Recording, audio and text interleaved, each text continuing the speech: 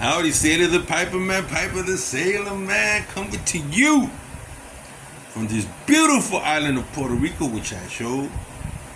Everywhere you go, every corner you go is beautiful.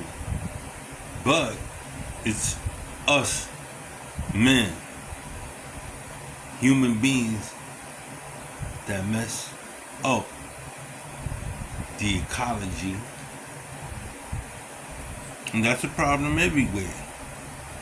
What happened on Maui? It was a man-made disaster.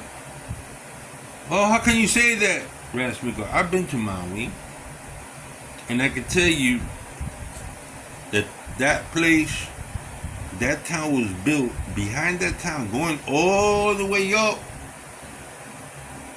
to the hills, to the mountains. At one time or another was nothing but sugar cane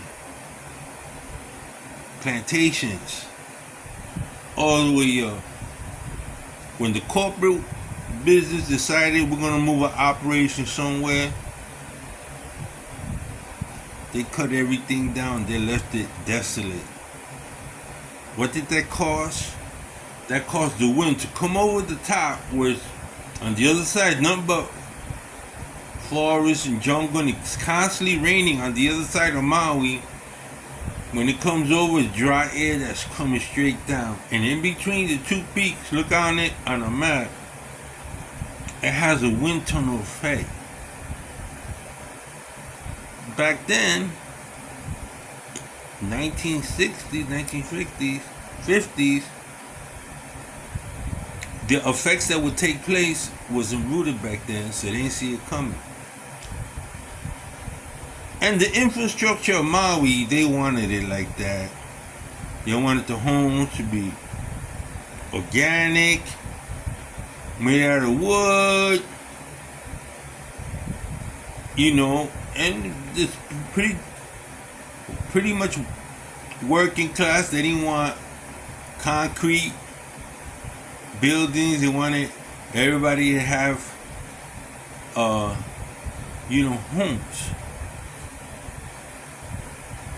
So they let the ball drop. The mayors let the ball drop. The people let the ball drop, especially the local people who want to blame everybody. When we look at the fact, sooner or later, that was going to end the wind tunnel effect. The mere fact that the winds were coming through there, that back should have forewarned them any type of fire.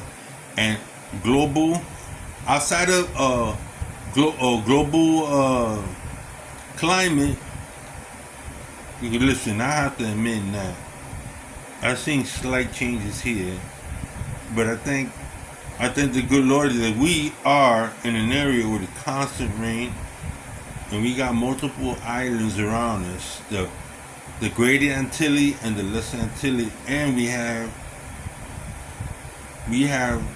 that trade wind from Africa that comes over, brings Sahara, and at the same time bring the sand, and at the same time bring tropical weather, because of Sub-Saharan Africa. Sub-Saharan Africa is gone, deforested, the Caribbean would be in trouble. Much like what was happening in Brazil. Right now, for the first time, they stopped the deforestation in the Amazon jungle. Thank God for that. You guys got to look at your mountains. You got to look at your rivers. If you live close to rivers, look at what these corporate people are. They don't care.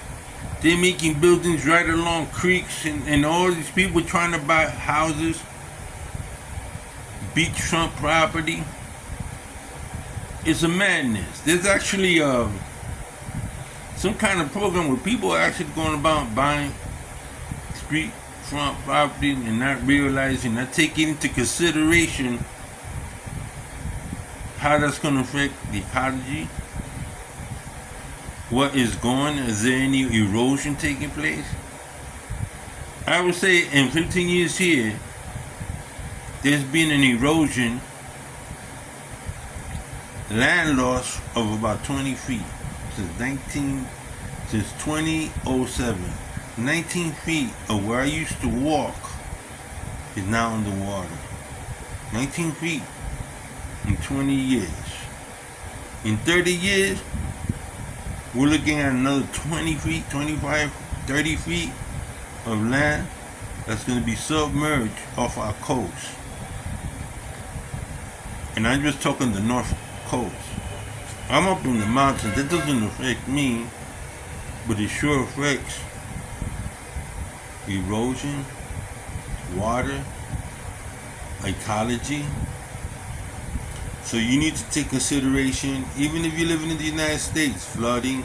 There's a lot of places that people shouldn't be living in. They live in Twister Alley. They live in, the land's changing. We're losing topsoil. We lose topsoil in Kentucky, Iowa, Idaho. We in trouble. We in serious trouble. Especially Kentucky. Are you trying to tell me I won't get my Kentucky fired? Burley? No. We can't. We have to, us, pipe smokers, we got to put our eyes on the land where tobacco grows. You understand what I'm saying? We can't afford to sleep, or they're always going to be growing.